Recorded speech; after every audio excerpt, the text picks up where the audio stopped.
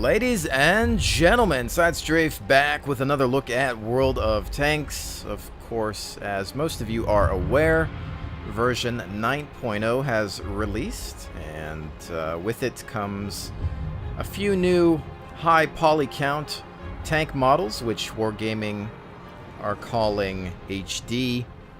And of course, we're looking at one of my favorite tanks in-game and in real life, the Centurion Mark 7/1. And in this match, I was joined by Bombadil of No Guts, No Galaxy, and he was rolling out in his M103 American heavy tank, which has also had the HD treatment.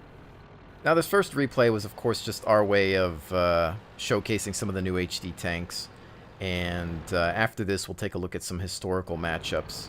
Now, I want you to keep in mind that platooning doesn't currently work within this version of World of Tanks when you are playing historical battles. The best you can do is try to sync drop by perhaps counting down over voice comms and hitting the battle button at the same time. I can vouch for the success of that tactic in the Battle of the Bulge scenario if you're playing as the Americans. However, as Germans, or perhaps even Russians in some cases in some of the other battles, it might not work out for you, and you'll just have to test it. Also, keep in mind that as historical battles has just rolled out, not everyone is aware of its implementation, and I think that the queue times might be a little long in the beginning. Now, back on the topic of the HD tanks, I will admit I am actually quite impressed with how they're looking, and it's not just the fact that they're a higher poly count. That's one thing. Anybody can really do that.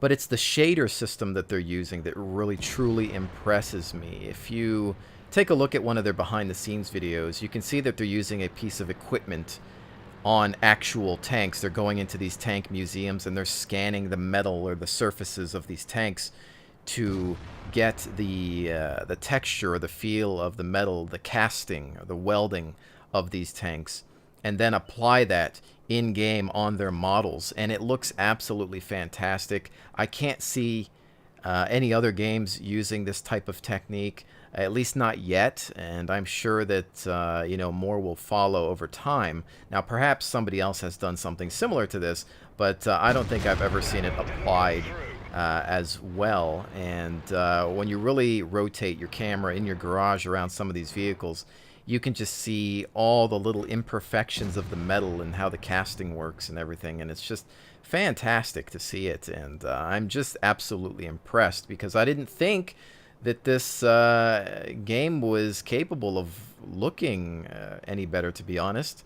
In the past, a lot of the tanks felt kind of flat, or like they were made out of cardboard in some cases. And at least visually now, with some of the newer HD or high poly tanks, they're definitely kicking it up a notch. On top of all that, I believe the physics changes are something that we're all looking forward to, and starting out with a new suspension. Now, currently only the HD tank models have the improved suspension, which means that you'll actually see the road wheels bounce up and down properly as they hit different bumps or various levels of terrain. And it's really nice to see it. It might not be perfect in all aspects, but I'm sure it's something that Wargaming can tune over time.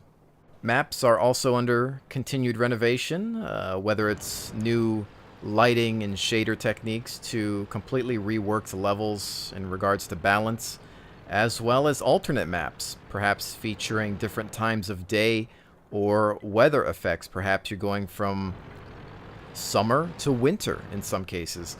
And I like that. I like that a developer goes back to something that thinks maybe a year down the line, you know what, this could be better. How can we fix it? How can we change it? Maybe let's add a sound effect over here. Let's change the lighting. Let's make a second version of this, but maybe it's snowing, and maybe in the future there's going to be a snowstorm, and that might affect visibility. Those are things that Wargaming has discussed, and I like that they go back to these things, that they go back to their tanks, that it's not just done. And I think that's really how you have to be successful as a business and remain competitive, of course. Now, yes, there are, of course, always going to be those maps that we absolutely despise, and for whatever reason they continue to remain. I can think of a few But I do respect the fact that Wargaming does actually go back and retreat their maps or retreat their tanks. There aren't that many developers that go back and look at old content. There aren't that many devs that want to spend the time and the money to renovate. And I really do appreciate that. And the only other game I can think of that's gone back to old content to renovate or change something is probably a game like World of Warcraft with Cataclysm. Beyond that, it just doesn't happen that often, and whether you like wargaming or not, you do have to respect the fact that they have standards. Now, this next matchup, I am actually on my own in a historical battle in my Su-85. Now, this tank is, of course, not HD, but you can see the new shader effects applied to some of the old tank models as well, which does help out with how the metal actually looks. It's still a pretty nice technique that they've been able to apply there. Now, I want you to pay attention to the fact that in this matchup, the teams are actually even. This isn't always going to be the case. For example, in the Battle of the Bulge map that you'll see after this, you'll notice that the teams are lopsided in favor of the Americans. That is to simulate the fact that the Allies typically had more tanks than the Axis. But the Axis are going to have more powerful tanks, better armor, better guns, better at ranged fighting. So these battles can, of course, be difficult. Don't think that just because you have more tanks, you're going to win, because more often than not, that is definitely not the case. You have to play smart, you have to coordinate and communicate. Now also, pay attention to the fact that tanks are being given historical loadouts. You're not going to go into battle with a top gun, a top engine. You're allowed to bring in the equipment that you've purchased for your tank, but that's it. In fact, you'll see here that my ammunition also hasn't been chosen by myself. It's automatically chosen for you, so you're not going to go into this battle with your usual loadout, which for most people typically consists of nothing but premium ammunition. And historically speaking, high velocity armor piercing or APCR or the wide variety of other types of ammunition that were used as specialty rounds weren't readily available in World War II, especially towards the end for the Germans, where they had to resort to using standard armor-piercing ammo due to the lack of resources. Now, for those of you, of course, wondering how to get into a historical battle, just go up to your battle button at the top of your UI in the garage, hit the tab below that, and you'll see the historical option. Keep in mind that if you're platooned, this is not going to work. It'll be grayed out. And like I said at the beginning of the video, you'll have to try to synchronize your drop with a friend. And again, also, like I said in the beginning of the video, that really only seems to work in the Battle of the Bulge if you're playing as the Americans. I haven't had much success, and as you can see in this match, I'm on my own. Bombadil wasn't able to get into this matchup with me, but he'll join me again in the final portion of this video. There is a learning curve to historical battles. Don't just come into this mode expecting to play the same way that you've been playing World of Tanks for years now. You want to err on the side of caution even more than you ever have before, because you don't have your top gun, you don't have your top engine, you don't have those parts that made your tank what it is in random battles. You need to relearn older guns. You might want to even take them into a training room with a friend and test things out again. Everything else pretty much works the same. There hasn't been any changes to armor. You still have to deal with hit points. The gameplay mechanics are 100% the same. It's just that now you're dealing with dumbed down tanks in some respects. And when you're in a weaker tank against something heavy with a large gun on it, you really have to work as a team and communicate, coordinate to the best of your ability. You have to flank. You can't go in by yourself. Well, you shouldn't go in by yourself in a regular game anyway, but you really need to think about flanking a lot more and using positions to your advantage, ambushing. Think about these tactics. Read a book even on some old real-world World War II conflicts. You'll learn a lot, even in this arcadey video game called World of Tanks. There's a lot that you can learn from just reading about these altercations. And while you might not be dealing with 100% realism here, just thinking about group tactics, how tanks move together, how they cover themselves, how they use hills and terrain to protect the bulk of their tank. It's really a game of patience and strategy, and it's really simple when it comes down to it. It's just that you have to be in that right mindset. And keep in mind that not everyone is going to like historical battles. Definitely try it out. Don't be closed-minded. Give it a shot. You might end up liking it more than even random battles. Go in with a certain expectation. Read the descriptions of your tanks. Check out what loadout you're going in with. Because a lot of people are jumping into matches thinking that they're going to have the same loadout that they had in the normal game. For example, in the next battle we'll see, Battle of the Bulge, the M18 Hellcat seems to be the most popular choice. More often than not, the American team is just saturated with them, and I think it's because so many people are choosing it thinking that the Hellcat is amazing in the regular game. They love that 90mm gun and they love the speed, so they keep choosing it, not realizing that, oh, you've got your original turret, you're not as fast, and you've got the old 76mm gun that it historically had. Now, it's not horrible by any means, but don't go into a battle thinking that you're not going to have problems with that Tiger II that's out there. Because before he's done, he's probably taking 4 or 5 of your friends with him. Also, don't just blitz in like a maniac thinking that you're going to save the day with some crazy tactic that you use in the regular game. Because things are different in historical battles. You go in alone, you're just feeding the team. Especially when you're dealing with a team that's outnumbered, because psychologically they're thinking, oh, I'm threatened by a larger team. So what am I going to do? Well, I'm going to find somewhere to hide. I'm going to defend my flag. I'm going to get hull down, and I'm going to take these fools out from range and let them come to me. That's what's going to happen. So yes, is historical battles a little bit campier than most? Probably. And that might be the reason you don't play it. But you know what? For those of us that understand why those things happened, this is a dream come true. So get used to it. Read a book.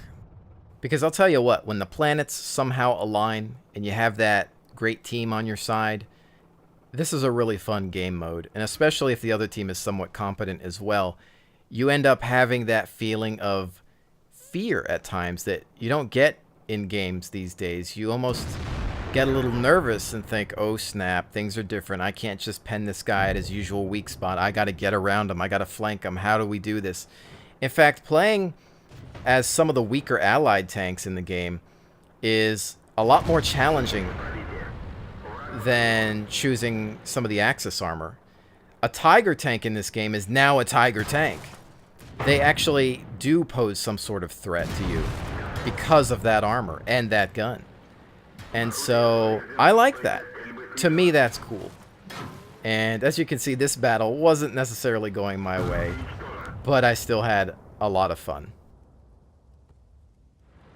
And now, of course, we'll finish things off with the Battle of the Bulge historical matchup. And this is the Americans versus the Germans.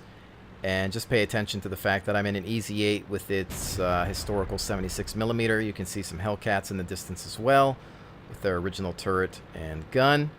And no, the matchmaker isn't broken here. The teams are lopsided for a reason. The Americans are supposed to have more tanks. That's how this mode works. Historically, the Allies had more armor on the field than the Axis, especially late in the war. In some cases, the Americans were churning out well over 2,000 Sherman tanks a month in comparison to the 200 or so tanks that the Germans were manufacturing. And so this is built to resemble that time frame. Now, it's not always perfect. Sometimes the matchmaker has a tough time pairing appropriate tanks. More often than not, you will see the American side filled with tank destroyers, or sometimes the Germans won't be given a Tiger II, and it really just depends on what the players are choosing. Creating a matchmaking service for any video game is very, very difficult, so it's always sad to see a lot of players hating on a developer for having a bad matchmaking system when they don't realize what goes into programming that kind of thing. It's not easy. In fact, it's hard to find a game that does have a perfect matchmaker, and if it was easy, then you'd see a lot more titles excelling at it. In this situation, I would say that you're seeing a lot of tank destroyers on the American side because those players think that they're going to be able to do better in those vehicles. Again, some of them aren't realizing that they don't have the top guns that they have in the normal game. In fact, in this battle, I believe only the Jackson has the 90mm main gun. Most of the other tanks, such as this Sherman EZ-8, are equipped with 76mm guns, in some cases a 75, and perhaps when you're talking about the M4, maybe even the 105, which, of course, is only really going to be effective if you're hitting the flanks of German armor, unless it's maybe a Panzer IV, and perhaps you get lucky. Now, you, of course, do have some high-explosive anti-tank or APCR that you can use, but most of the time, you'll see people yelling in chat to save it for Tiger IIs.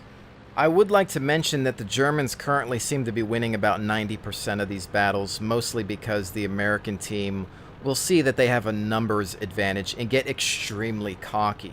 You'll see a bunch of people enter the chat and be like, haha, matchmaker messed up, we've got more tanks, we're gonna win, go USA, and yeah, they get killed easily by one tank because they just drive in overconfident and don't realize that their guns can't pen the front of a Tiger II, and that guy will be sitting pretty on a hill taking out 4 or 5 people and laughing all the way to the bank. So do yourself and your team a favor. Don't rush in alone, stick together, try to communicate a little bit in chat, call out targets, focus fire. If somebody asks if you should cap, then the answer is always yes. If you have the opportunity to end the game with a base capture, then just do it. Because if you're on the team with the weaker tanks, all it takes is one living Tiger II to finish off the rest of the team. I see it happen all the time. So, ladies and gentlemen, with all of that said, hopefully you've enjoyed my look at World of Tanks version 9.0, and if you've never played World of Tanks and you're wondering what all the fuss is about, then I've got a link in the description below. Give it a shot. It's a free-to-play game. You've got nothing to lose but some time, and I really need more people in historical battles, so the more the merrier. With that said, I will definitely see you on the next one.